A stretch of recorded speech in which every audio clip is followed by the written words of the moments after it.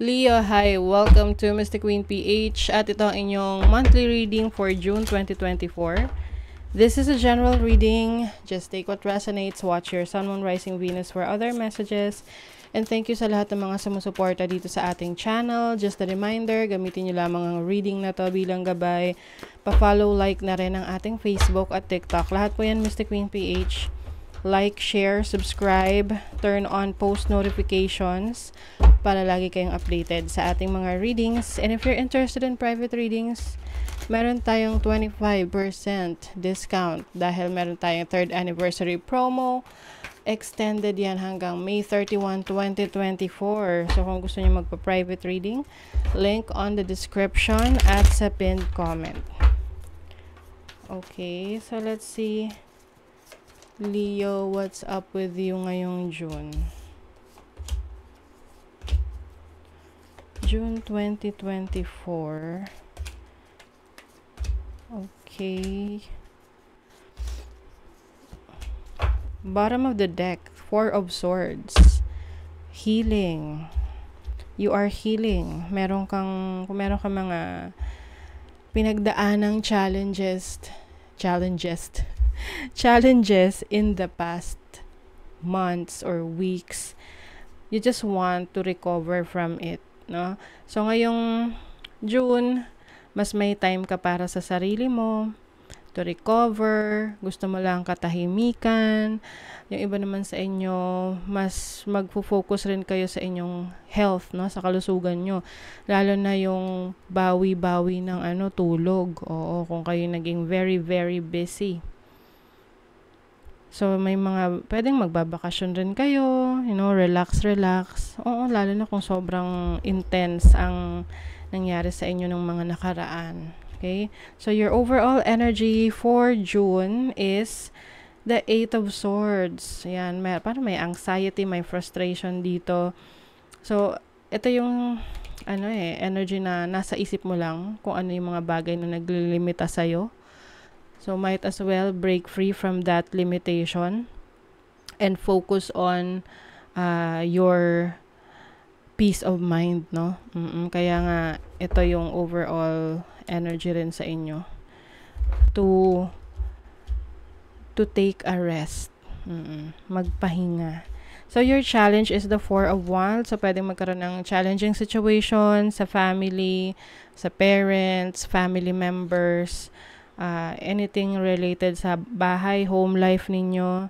Tingnan nyo, freedom siya. Tapos ito, trap ka. Bakit ganon, Leo? Ano yung nililimitahan mo ngayon? What is limiting you? Yung mga self-limiting beliefs. So, your opportunity, King of Cups, very intuitive, empathic, charismatic. So, this can mean a person in your life na tutulong sa'yo, pwedeng magme-mentor sa'yo. So, let us clarify what is the King of Cups.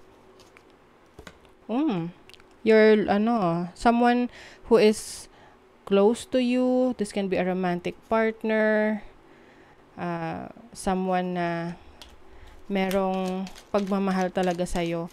So, you have the opportunity to be closer to this person, or maaring itong person na to ay will take this opportunity na maging close sa'yo dahil sa mga pinagdadaanan mo or sa mga pinagdaanan mo in the past.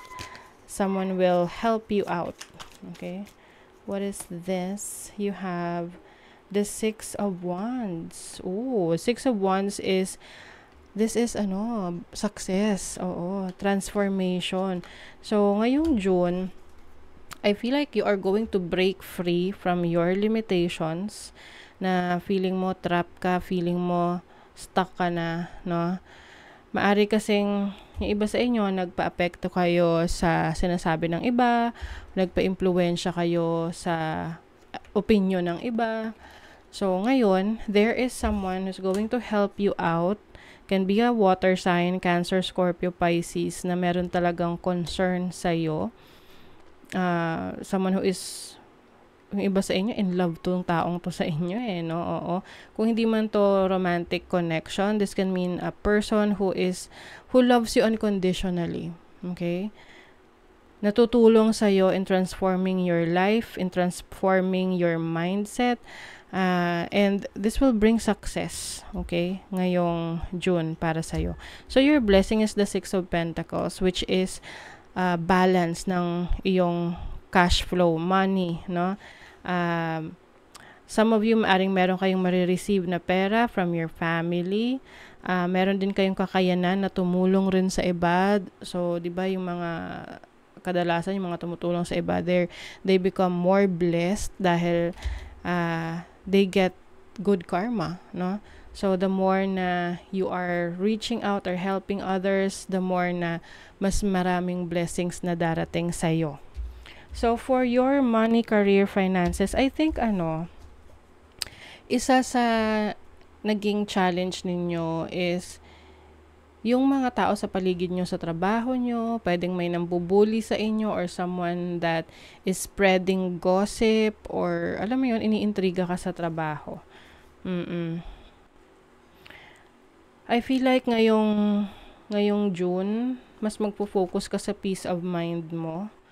Dahil itong 7 of Swords, 7 of Cups, maaring merong mga tao sa paligid mo na hindi magandang intentions towards you, pwedeng sa career mo, sa trabaho, sa business.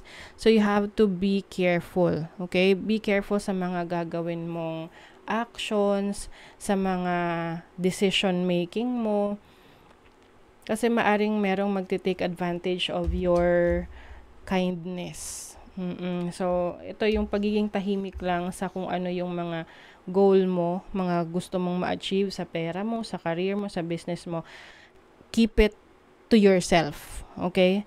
With the High Priestess, itago mo na lang muna sa sarili mo instead na ikukwento mo sa iba, because there can be people who are envious, no? Jealous, o mga maiinggit, no? That may cause some drama in your life.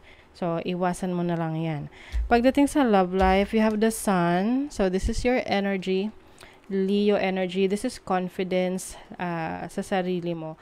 I feel like itong person that is very close to you right now, ito yung nagbibigay sa'yo ng lakas ng loob, nagmo-motivate sa'yo to move on, to move forward, to move to a better direction. Ito na mga motivation talaga. This can also mean kapwa mo to na fire sign, Aries, Leo, or Sagittarius, or pwede rin may water placements, no? Cancer, Scorpio, Pisces.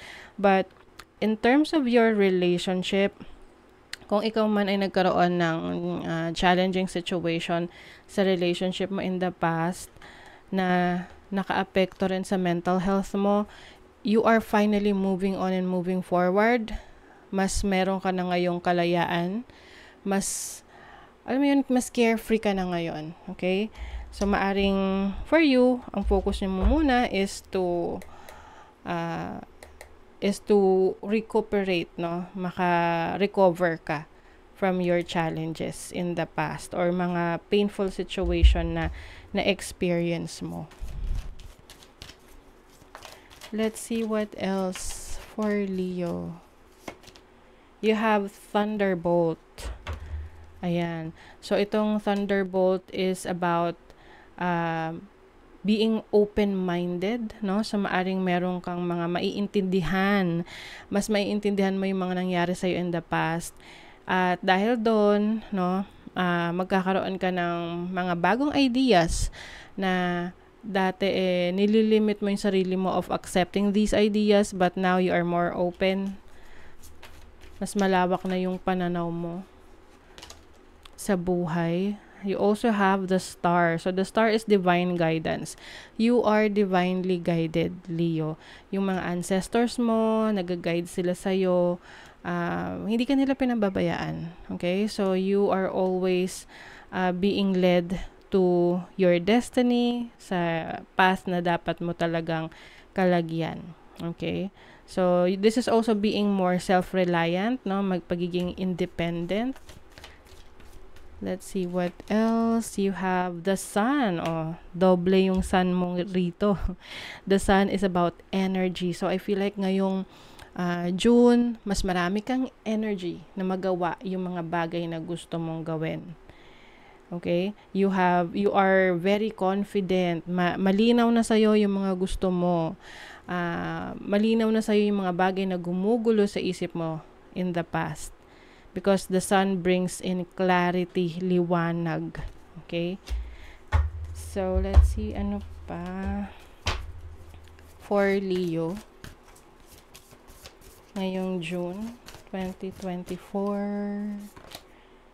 Feelings.